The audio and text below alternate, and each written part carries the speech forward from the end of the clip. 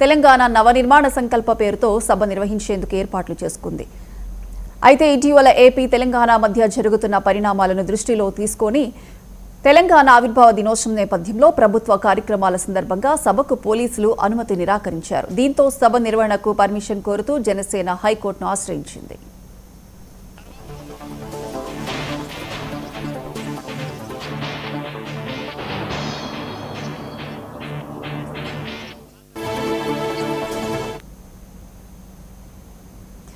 ఇదే అంశానికి సంబంధించి పూర్తి అప్డేట్స్ మా స్పెషల్ కరెస్పాండెంట్ తేజ లైవ్ లో అందిస్తారు. తేజ,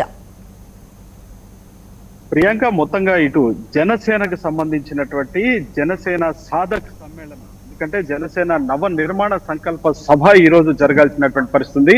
కానీ ఈ రోజు జరగాల్సినటువంటి సభ అసలు జరుగుతుందా జరగదా అనేటువంటి ఒక అనుమానం అందరిలో కూడా నెలకొనడంతో పాటు చాలా కొంత నిరుత్సాహపడుతున్నారు జన సైనికులు అన్నట్లుగానే చెప్పాలి. ఎందుకంటే ప్రస్తుతం మనం సంధ్యా కన్వెన్షన్ సెంటర్ దగ్గర ఉన్నాము. ఈ గచ్చిబౌలి సంధ్యా కన్వెన్షన్ సెంటర్ దగ్గర ఒక నిర్మితమైనటువంటి, అంటే దగ్గర ఒక 2000 నుంచి 4000 వరకు ఉన్నటువంటి జన సైనికులతోటి పూర్తిగా ఈ యొక్క, అంటే ఈ రోజు జరుగుతున్నటువంటి ఆవిర్భావ దినోత్సవ వేడుకలను పురస్కరించుకొని ఆవిర్భావ దినోత్సవ వేడుకల్లో అమరవీరులందరికీ కూడా పూర్తి స్థాయిలో అంజలి ఘటించడం, నివాళులు అర్పించడంతో పాటు అంటే ఏ విధంగా రాబోయే రోజుల్లో జనసేన ఏ విధంగా ముందుకు వెళ్ళాలి, ఎలా ముందుకు వెళ్ళాలి, రాబోయేటువంటి జిహెచ్ఎంసీ ఎన్నికలను ప్రతిష్టాత్మకంగా తీసుకొని ఏ విధంగా ముందుకు వెళ్ళాలి, ఇక్కడ పార్టీని ఎలా పటిష్టపరచాలి, ఇక్కడ కూడా ఎంతో మంది జనసేనకు సంబంధించిన నాయకులు ఉన్నారు, వారందరి భవిష్యత్తు ఏ విధంగా తీర్చిదిద్దాలి అనేటువంటి అంశాలను బేరీజు వేసుకుంటూ పార్టీకి సంబంధించి నవ నిర్మాణ సంకల్ప సభ పేరుతోటి ఈ రోజు జనసేన సాధక సమ్మేళనం జరగాల్సి ఉన్నటువంటి నేపథ్యంలో అయితే శాంతి భద్రతలు సమస్య తలెత్తుతుంది అనేటువంటి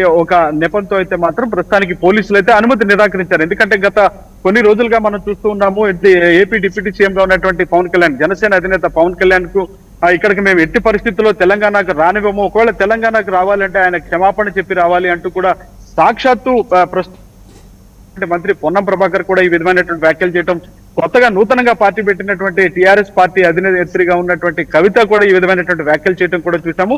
కానీ జన సైనికులు అయితే చాలా క్లియర్ కట్ గా ఒకటే చెప్తున్నారు, మేము కూడా ఇక్కడ ఉన్నటువంటి వారు ఎవరైతే ఉన్నామో, ఇక్కడ సభ పెట్టుకున్న వారు ఎవరైతే ఉన్నామో, మేమందరం కూడా తెలంగాణ వాసులమే, ఇక్కడ తెలంగాణలో ఉన్నాము, తెలంగాణలోనే పుట్టాము, తెలంగాణలోనే పెరుగుతున్నాము, మేము కూడా తెలంగాణ రాష్ట్ర ఆవిర్భావం కోసం, రాష్ట్ర ఏర్పాటు కోసం పోరాటం చేసినటువంటి వాళ్ళమే, మేము తెలంగాణ వాసులమే, ఇక్కడ మేము జనసేన అనేటువంటిది ఒక పార్టీ, ఆ పార్టీ 2 రాష్ట్రాల్లో కూడా విస్తరించున్నటువంటి నేపథ్యంలో మేము ఇక్కడ పెట్టుకుంటే కుట్రపూరితంగా ఎందుకు శాంతి భద్రతలో సమస్య తలెత్తుతుందని చెప్పి ఎందుకు మీరంతా అడ్డుకునేటువంటి ప్రయత్నం చేస్తున్నారని చెప్పి ఇటు జన సైకిల్ నుంచి వస్తున్నటువంటి మాటగా చెప్పాలి. ఏదైనా కానీ ప్రస్తుతం ఇక్కడ ఉన్నటువంటి సంధ్యా కన్వెన్షన్ దగ్గరకైతే జన సైనికులు భారీగానే చేరుకుంటున్నారు, ఒక్కొక్కరిగా చేరుకుంటున్నారు.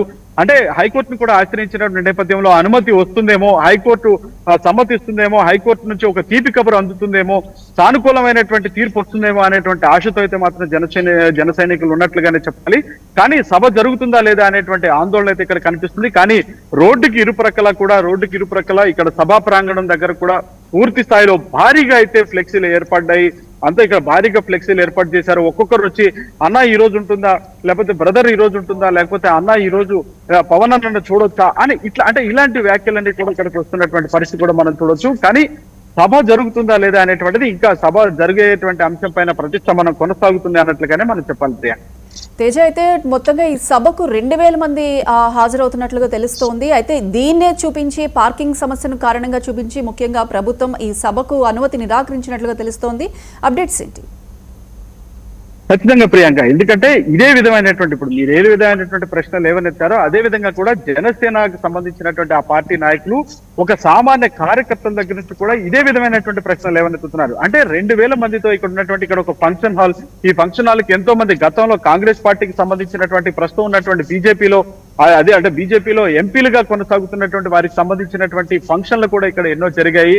ఇక్కడ ఎవరికీ లేనటువంటి అడ్డు, ఎప్పుడు రానటువంటి పార్కింగ్ అడ్డు, ఇప్పుడు పార్కింగ్ అడ్డు అనేటువంటిది ఎందుకు వస్తుంది? ఈ పార్కింగ్ ని ఒకటేమో శాంతి భద్రతల సమస్యను సాకుగా చూపిస్తున్నారు, రెండవది ఇక్కడ పార్కింగ్ ని సాకుగా చూపిస్తున్నారు. ఎందుకు ఈ విధంగా కూడా జనసేనకు సంబంధించినటువంటి పార్టీ యొక్క కార్యక్రమాలను అడ్డుకునేటువంటి ప్రయత్నం ఎందుకు చేస్తున్నారు? ఇక్కడ తామంతా కూడా తెలంగాణ వాసులమే కదా, ఎందుకు ఉద్దేశపూర్వకంగా అడ్డుకుంటున్నారు? ఇది కేవలం పవన్ కళ్యాణ్ పై జరుగుతున్నటువంటి కుట్రగా అయితే మాత్రం ఇటు జన సైనికులు అయితే భావిస్తున్నట్లుగానే చెప్పాలి. వారంతా కూడా ఒక్కొక్కరిగా కూడా చెప్తున్నారు, వారి అభిప్రాయాన్ని వ్యక్తపరుస్తున్నారు. కుట్రపూరితంగా ఇక్కడ ఉన్నటువంటి రేవంత్ సర్కార్ కావచ్చు, లేదంటే ఇంకా ప్రత్యేకించి ఇక్కడ ఉన్నటువంటి కావాలని ఇతర పార్టీలు కూడా కావచ్చు, కొంతమంది తెలంగాణ వాదాన్ని వినిపించే విధంగా కూడా కొంతమంది తెలంగాణ ఎవరైతే ఆ ఉద్యమకారులు ఉన్నారో ఉద్యమకారుల్ని ఇంటెన్షనల్ గా ఉద్దేశపూర్వకంగా కూడా కొంత ఉసుగొలిపేటువంటి ప్రయత్నం చేసి ఈ విధంగా పెట్టుకుంటున్నారు. కానీ వారందరూ కూడా ఎవరైతే తమ పైన పోరాటం చేస్తున్నారో వారు కూడా ఒక్కసారి పునరాలోచించుకోవాలి, తాము కూడా ఇక్కడ తెలంగాణ వాసులమే గుర్తించాలి అనేటువంటి స్థాయిలో అయితే జన సైనికులు విజ్ఞప్తి కూడా చేస్తున్నటువంటి పరిస్థితి ఉంది. ఏదైనా కానీ పార్కింగ్ సమస్యతోటి, శాంతి భద్రత సమస్యతోటి అయితే మాత్రం ప్రస్తుతం వరకు ఇక్కడ సభ జరగాలి అనేటువంటి దానిపైన అయితే ఇంతవరకు సభకు అనుమతి అయితే రాలేదు. మరి సభ అనుమతి వస్తుందనేటువంటి ఆశ హైకోర్టు నుంచి ఒక తీపి కబురు నుంచి వస్తుందనేటువంటి ఆశ అయితే మాత్రం ఇక్కడ జన సైకిల్లో నెలకొంది. వారంతా ఆశగా ఎదురు చూస్తున్నారు అన్నట్లుగానే మనం చెప్పాలి. ప్రియ తేజ, అయితే మున్ముందు రోజుల్లో తెలంగాణ రాష్ట్ర అభివృద్ధిలో జనసేన పార్టీ కూడా క్రియాశీలకంగా వ్యవహరించబోతోంది. ఇదే కారణంగా చూపించి ప్రభుత్వం ఒక కక్ష సాధింపు చర్యలో భాగంగానే ఈ సభను నిరాకరించడం జరిగిందంటూ కూడా ఇప్పుడు హైకోర్టును కూడా ఆశ్రయించడం జరిగింది. ఎలా చూడాలి? ఖచ్చితంగా ప్రియాంక, ఇక్కడ అంటే కొంతమంది విశ్లేషకులు కావచ్చు, లేదంటే ఇంకా కొంతమంది పొలిటికల్ అనలిస్టులు కావచ్చు, ప్రత్యేకించి వీరి దగ్గర నుంచి వస్తున్నటువంటి కొన్ని భిన్నాభిప్రాయాలు వ్యక్తం అవుతున్నాయి అన్నట్లుగానే మనం చెప్పాలి. ఎందుకంటే జనసేన యొక్క సాధక సమ్మేళనం వాళ్ళు పెట్టినటువంటి పేరు కూడా ఈరోజు నవనిర్మాణ సంకల్ప సభ. అంటే తెలంగాణకు కూడా ఒక ప్రత్యేకమైనటువంటి ప్రణాళిక జనసేన అనేటువంటిది రూపొందించుకుంది. ఈ ప్రత్యేక ప్రణాళికతో తొలుతగా హైదరాబాద్ ని ఏ విధంగా కూడా డెవలప్ చేయాలి, హైదరాబాద్ లో ఇప్పటి వరకు ఎంత డెవలప్ అయింది, ఇంకా ఏ విధంగా మరుగున పడ్డాయి, లేకపోతే ఏ విధమైనటువంటి సమస్యలు ఉన్నాయి, ఆ సమస్యలు మరుగున పడిపోయినటువంటి సమస్యలు ఏమున్నాయి, వాటన్నిటిని యుద్ధ ప్రాతిపదికన ఏ విధంగా చేయాలి, అవంతా చేయాలంటే ఇక్కడ రాబోయేటువంటి రోజుల్లో ఇక్కడ జనసేనను నమ్ముకొని కూడా పార్టీ ఉన్నారు కాబట్టి వారందరికీ కూడా అవకాశాలు కల్పించాల్సినటువంటి పరిస్థితి ఉంటుంది. కాబట్టి ఇక్కడ జనసేన ఇక్కడ ఉన్నటువంటి ఆంధ్ర ఓటర్లు కావచ్చు, లేకపోతే తెలంగాణకు సంబంధించినటువంటి ఇక్కడ ఆంధ్ర సెటిలర్లు కావచ్చు, తెలంగాణ వాదులు కావచ్చు, తెలంగాణ వాసులు కావచ్చు, వారందరూ కూడా ఎంతో మంది పవన్ నాయకత్వాన్ని కోరుకుంటున్నారు. కాబట్టి కోరుకుంటున్నటువంటి నేపథ్యంలో ఇక్కడ పోటీ చేస్తే తప్పండి, తాము ఒక రాజకీయ పార్టీగా ఆవిర్భవించాము, ఇప్పుడు ఆంధ్రలో చాలా క్రియాశీలకంగా ఉన్నాము, అట్లాగే తెలంగాణలో కూడా ఇదే విధమైనటువంటి పంతా కొనసాగుతుంది, తమ సత్తా చాటుతామని చెప్పి జన సైనికులు చెప్తున్నారు. కానీ ఇక్కడ ఉన్నటువంటి పరిస్థితి ఏంటంటే రాబోయేటువంటి రోజుల్లో మరికొన్ని ఇంకో నెల 2 నెలల్లోనే ఇటు జిహెచ్ఎంసీకి సంబంధించినటువంటి ఎన్నికలు రాబోతున్నాయి. ఈ ఎన్నికల్లో కూడా అన్ని డివిజన్లలో కూడా ఈ 300లకు సంబంధించినటువంటి డివిజన్ లో కూడా పోటీ చేసి తీరుతాము అని చెప్పి ఇటు జనసేన నాయకులు అయితే చెప్తూ ఉన్నారు. ఈ పార్టీని పటిష్టపరుచుకుంటూ ముందుకు వెళుతున్నటువంటి నేపథ్యంలో ఈ విధంగా అంటే ఇక్కడ పార్టీ ఒకవేళ జనసేన పుంజుకుంటే మరలా అటు బీజేపీ తోటి పొత్తు కొనసాగుతుంది, టీడీపీ తోటి పొత్తు కొనసాగుతుంది. కాబట్టి ఖచ్చితంగా జనసేన అనేటువంటిది ఇక్కడ విజయం సాధించి తీరుతుంది. ఇది కాంగ్రెస్ పార్టీ మనుగడకు కావచ్చు, లేకపోతే బీఆర్ఎస్ పార్టీకి సంబంధించినటువంటి మనుగడకు కావచ్చు, లేకపోతే నూతనంగా ఆవిర్భవించినటువంటి టీఆర్ఎస్ మనుగడకు కావచ్చు, వీటన్నిటికీ కూడా విఘాతం ఏర్పడేటువంటి పరిస్థితులు ఉంటాయి. ఖచ్చితంగా తాము మరొకసారి వెనకబడేటువంటి అవకాశం వస్తుంది అనేటువంటి నేపథ్యంలో రాజకీయంగా పవన్ కళ్యాణ్ ఎదుర్కోలేకనే ఈ విధమైనటువంటి కుట్రలో భాగంగానే ఈ విధంగా కూడా అనుమతులను ఇక్కడ పార్టీకి సంబంధించినటువంటి కార్యక్రమాలు చేస్తున్నప్పటికీ కూడా వాటిని అనుమతి నిరాకరించడం, దానికి శాంతి భద్రతలు అనేటువంటి సమస్యగా ఒక సాకుగా చూపించడం, లేదంటే ఇక్కడ పార్కింగ్ అనేటువంటిది ఒక సమస్యగా సాకుగా చూపించేటువంటి ప్రయత్నం చేస్తున్నారు అనేటువంటిది జన సైనికుల నుంచి జనసేనకు సంబంధించినటువంటి కార్యకర్తల నాయకుల నుంచి వస్తున్నటువంటి అభిప్రాయంగా మనం చెప్పాలి. తేజ, అయితే ఇప్పటికీ సద్యా కన్వెన్షన్ కి పార్టీ కార్యకర్తలు కావచ్చు, ముఖ్య నాయకులు కావచ్చు చేరుకోవడం మనం చూస్తున్నాము. అంటే అసలు ఈ సభ జరుగుతుందా లేదా అనుకున్న టైంకి అనేది ఎప్పటి వరకు మనకి క్లారిటీ వచ్చే అవకాశం ఉంది?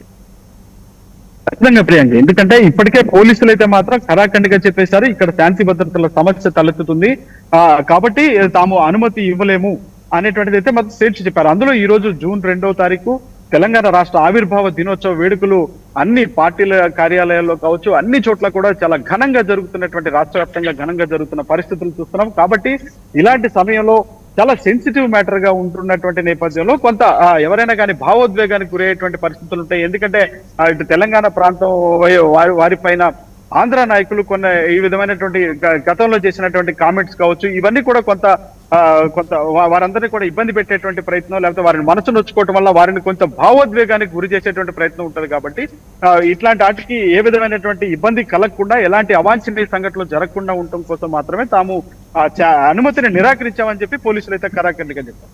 ఇది మనకు తెలిసిన విషయమే. అయితే రైట్ తేజ, థ్యాంక్ యూ.